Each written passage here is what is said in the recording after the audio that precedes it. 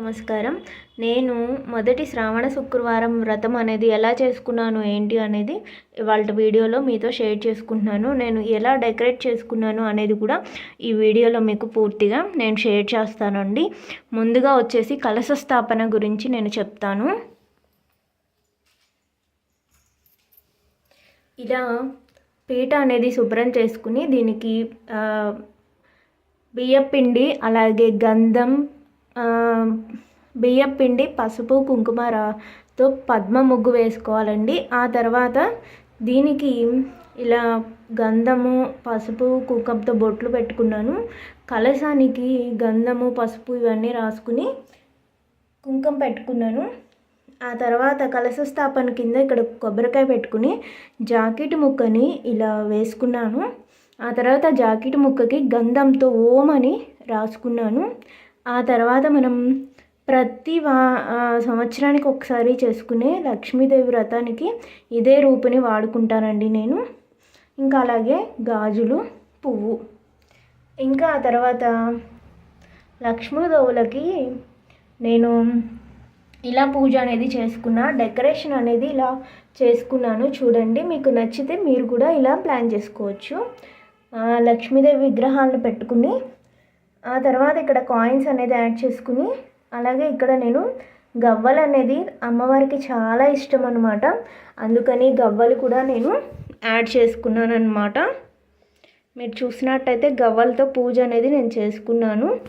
ఆ తర్వాత ఇక్కడ ఒక తమలపాకు పెట్టుకుని గౌరీదేవిని చేసుకున్నాను అన్నమాట.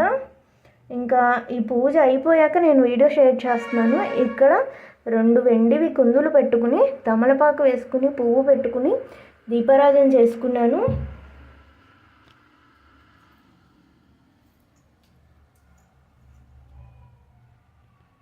అలాగే అమ్మవారికి వాయనం కింద చీరండి, అలాగే జాకెట్ ముక్క, తోరణం,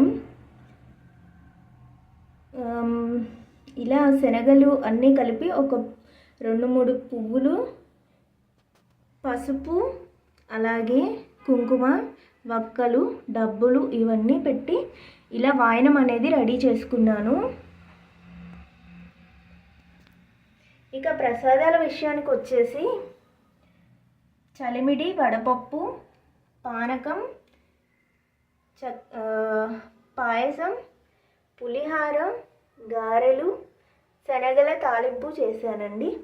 కింద అయితే ఇలా నేను స్థాపన చేసుకుని పూజ అయితే చేసుకున్నాను. పైన రెగ్యులర్ దేవుళ్ళకి ఇలా పూజ అనేది చేసుకున్నానండి.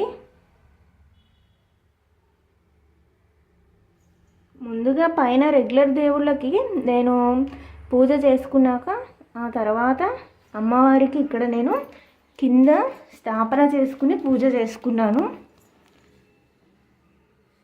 మీకు ఈ వీడియో నచ్చితే మాత్రం తప్పకుండా ఒక లైక్ ఇవ్వండి.